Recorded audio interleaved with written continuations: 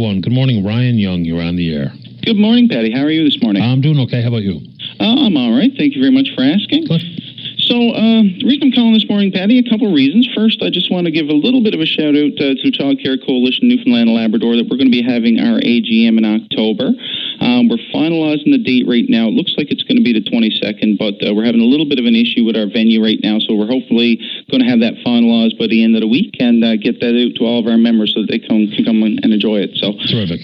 We'll be having a full-day workshop then with some great presenters, and, we'll be looking for some new blood to fight the fight, some people to get on the board, some parents, educators, and operators. We want to get some new board members, some new committee members, and a little bit of a bombshell for you. We're going to be looking for a new executive chair as well. I will be stepping down from the Child Care Coalition as of our AGM. I read the blog piece, and you say you're stepping down because you no longer have an effective voice in the government's ear. How so? Well, Paddy, we've been working pretty closely with government for the last about 16 months on trying to make some big changes in the child care system. As of May, I have not heard a phone call or an email back from Minister Kirby or anybody in the Department of Education. We've sent numerous letters, numerous emails, numerous phone calls trying to talk about some different issues, and we just haven't heard anything back. And it's no secret that I've been very vocal in speaking out publicly against some of the changes in this budget. And, I really feel that the coalition is being punished because of my actions. And if that's the case, then maybe it would be better if I step down and let someone else step into that role that might be able to get the minister's ear. Have you ever had a sit-down face-to-face with the department, minister included? Absolutely. We had one just in February, and it was actually a really good meeting. And, we felt that it was very positive. And afterwards, the government came out. They actually made a couple of positive changes on some of the things that we were talking about. You may remember some of the inclusion changes that were made last spring, as well as just recently some changes to the supplements for level 3s, which is a little bit of a complicated issue that I won't get into. So, there are some positive things happening. But, there's absolutely no communication coming back between our organization and the government. And, of course, when I speak out, I'm not just speaking out as angry Ryan Young. I'm speaking out on behalf of all of our members, the people that are emailing me, that are calling me on a daily basis and saying these are our concerns. So when I come public with a concern, it's not just something that I'm upset with. It's something that our members are upset with, and generally they're legitimate concerns that deserve legitimate answers, Paddy. There were some unforeseen moves in the last budget, early childhood education for one, and which is also interesting when you talk about the fact of the implementation of full-day kindergarten. So that and others, what are the big outstanding issues? Because that one for me jumps off the page. Well, sure. We weren't expecting any really big cuts in child care last spring, and we ended up with a 16% reduction in funding.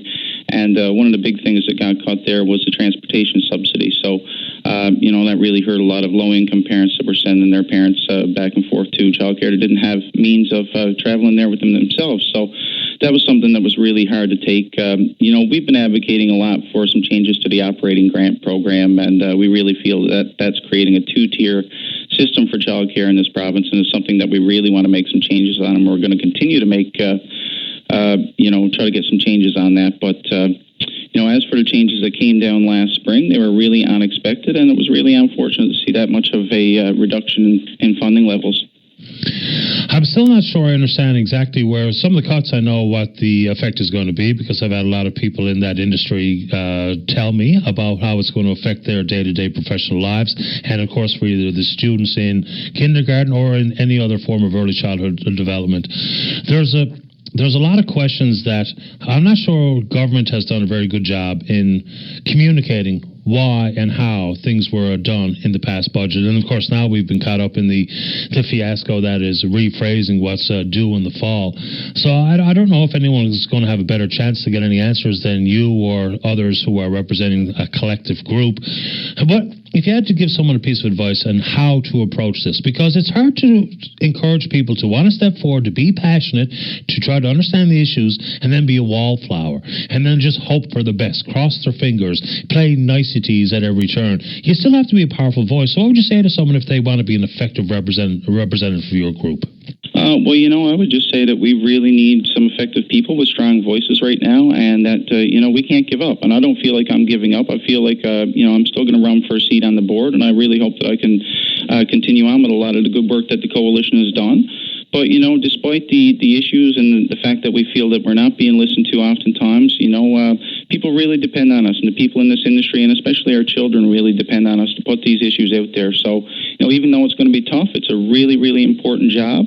And, we'd really love to have some really good people get out and get involved in this organization. So should they contact you directly if they want to consider filling the role that you're leaving or any other role with the coalition? Sure. We'll obviously put out some information about nominations and that in the coming week as well. But if anybody has any questions or they just want to chat about it, they can feel free to give us an email at any time at info@cccnl.com or go on our website at www.cccnl.com and find out contact information and give us a shout, and we'd be happy to give you any information whatsoever. I always appreciate your time, Ryan. I thought you were doing a bang-up job to represent the concerns, and being forceful is part and parcel with trying to get governments here.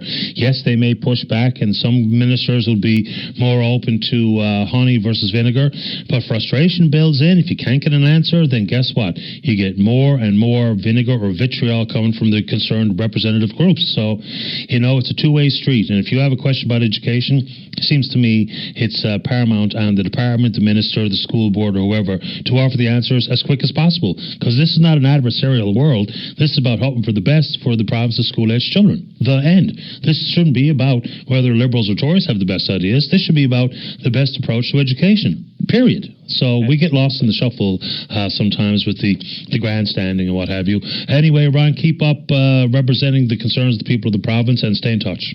We'll certainly do that, Paddy, and thank you very much for your time this morning. Anytime. All right. Okay, bye-bye.